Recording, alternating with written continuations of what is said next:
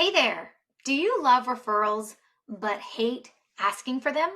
Well, then you've come to the right place. This is the Roadmap to Referrals podcast, and I'm your host, Stacey Brown Randall. Welcome back. We are moving into the second part of our topic on getting more people to start referring to you. If you didn't listen to our last episode, that's episode 407, I really want you to go back and start there. These episodes, there are 3 of them. They build on each other. And so you really want to start with episode 407 before you move into this episode 408.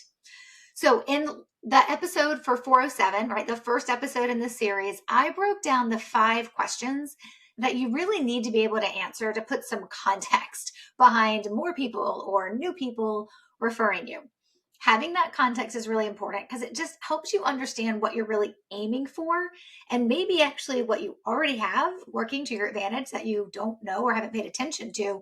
And it's certainly going to help you with what we're going to tackle today. So for this episode, I want to talk about getting more referral sources from the lens of networking. Specifically, how to use networking to get more referrals, because this is another question I hear from folks all the time when they're thinking about more people referring them or new people referring them. One of the questions I am inevitably going to be asked is, okay, so how do I use networking to do that? How do I use networking to get more people to refer to me? Now, most people hear about a networking group or they're told about one, maybe they're told to join a leads group and they attend, right, to check it out because you can't really decide if something's going to work or not unless you've probably checked it out, right? And so they go to check it out but the problem there is that they hear about this networking group and they hear about this leads group and they're attending to check it out, but they don't have the right plan, right? They're not armed with the right plan that they're going to follow to assess if the group is even a good fit for them.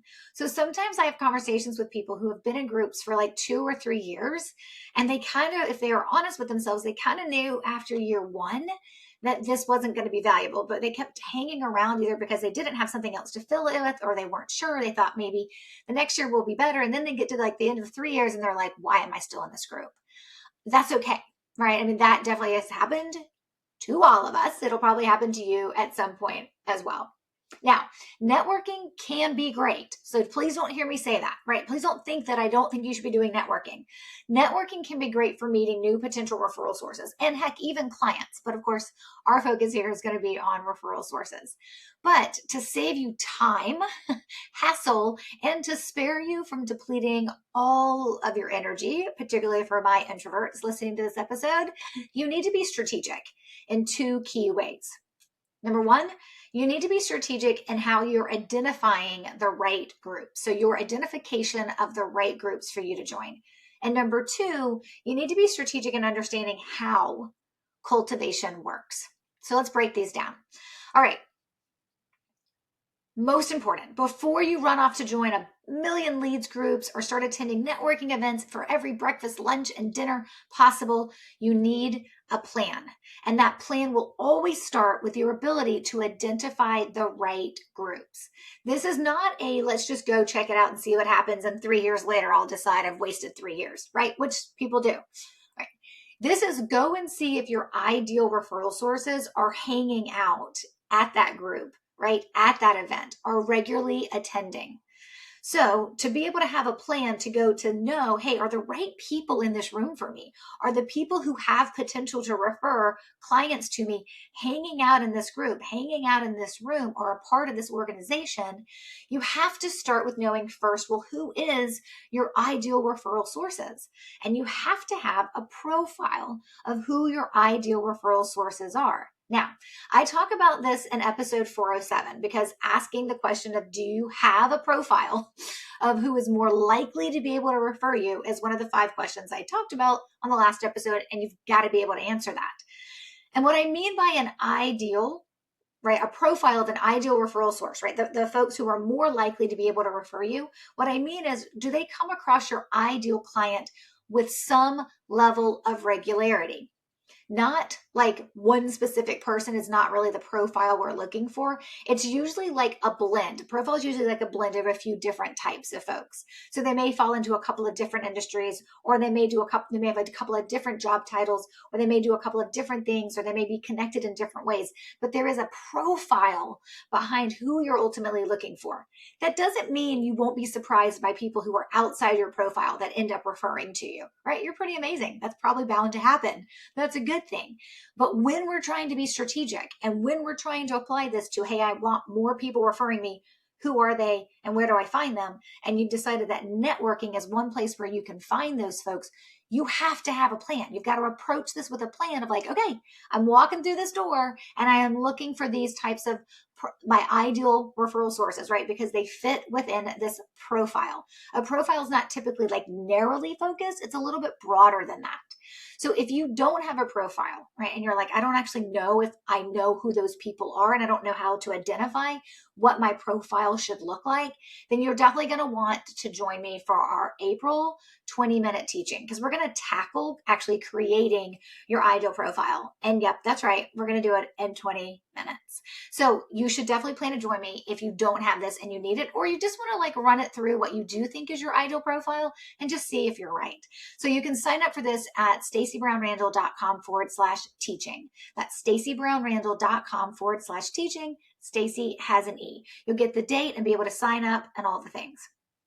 Okay, so when you walk through the door, right, of that group, it's about your ability to identify are the right people in the room. And you can't identify if you're hanging out in the right networking group or leads group or attending the right networking events if you don't know who you're looking for. And that starts with a plan of having that profile of who do I need that when I walk through the door, they're there, or there's at least some of them there, because then that's who you're going to want to make sure you spend time having conversations with. And that brings us to the very second important piece that you have to know about using networking to generate new people, more people to refer to you.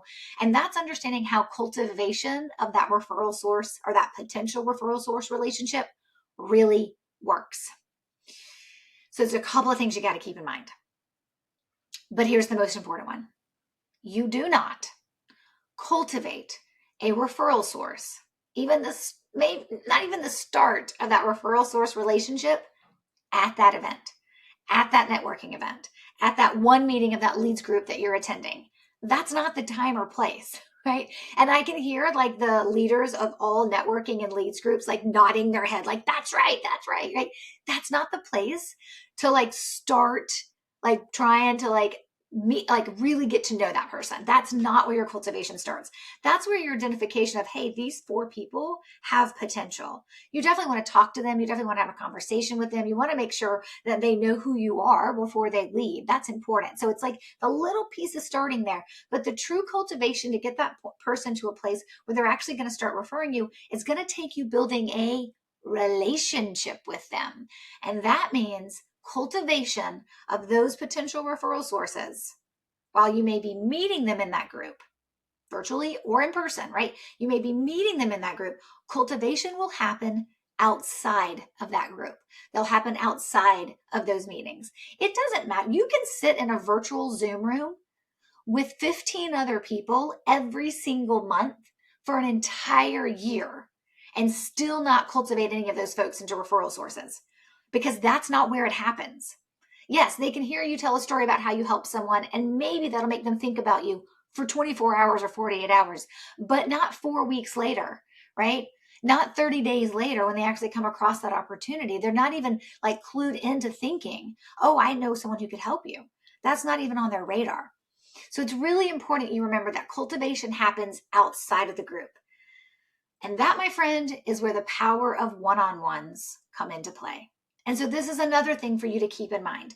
You're going to have to be willing to have conversations with people if you want to build relationships with them, and that then have the potential to become referral relationships. That's just the way it works. Can you meet someone and in that moment they have an exact client in mind for you? Yes.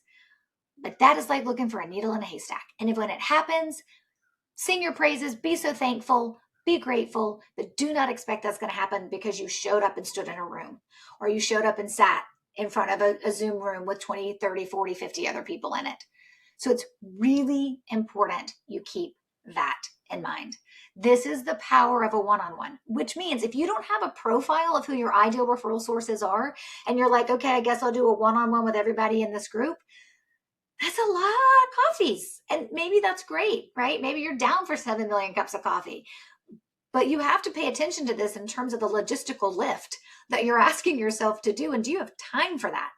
I tell my clients all the time when they're going through the training that we teach, it's one of our foundational trainings that we teach on how to identify and cultivate new people to start referring you, that we are strategic first. We will make mistakes. We will, what we call inside internally, it's like we will kiss a bunch of frogs on the way to meet the princes and the princesses that will ultimately be able to refer to us. But if we're going to kiss a bunch of frogs, we want to make sure we're at least trying to be strategic with that part. And that's the same way you approach networking. You've got to be willing to have the one-on-ones, whether you're going to meet for coffee, right? I don't care if it's virtually, in person, it doesn't matter, but you have to be willing to form relationships. This is the piece of referrals where people are like, everything about referrals sounds amazing, and now I got to do some real work. Yes. It's no different than any other marketing and prospecting activity that you do when you're trying to figure out how exactly it works. Think about this in relation to running ads, right? You decide you want to run some ads. Well, you're going to be told by that ads manager that you hire and pay for, if you don't know how to do it yourself, that not only are you going to be paying them, you're also going to have to create 10 different designs, right? Assets, the graphics for those ads. You're going to have to create like 10 of them and then 10 different versions of copy. And then you're going to put it out there and you're going to just let it run. And you're going to let Meta figure out which ads are going to win and which ads aren't. And then you're just going to pay for that experimentation time. And so in that first month or the first couple of weeks or whatever, eventually you'll get to that winner. And then they'll start running that ad and you're just going to keep paying for it, but you're still experimenting until you get to that winner. And then you have to decide if the winning ad is actually producing the leads you want on the back end. That's all still work, whether you're doing it yourself and figuring it out, or you're paying someone thousands of dollars a month to do it for you. Referrals, when it comes to getting new people to refer you, there is still a level of work involved as well. It's just different. And you got to decide if that's something you want to do, right? I have a client that's in my coaching program that the main focus for him is generating referrals from people that are already referring him and the clients that he has. He doesn't want to meet new people. That's cool. If you've got enough folks that are already referring you and we can get more referrals from them, and then you can cultivate your clients into referral sources, and that's all you need to do, great. You don't have to do the piece of getting new people to refer to you that are outside of like that client base, right? But for most folks, you're going to need new people referring you, and they're not all going to come from your clients, because if they were going to refer you, they'd probably already be doing it, or you maybe don't know what to do to get those clients to refer you.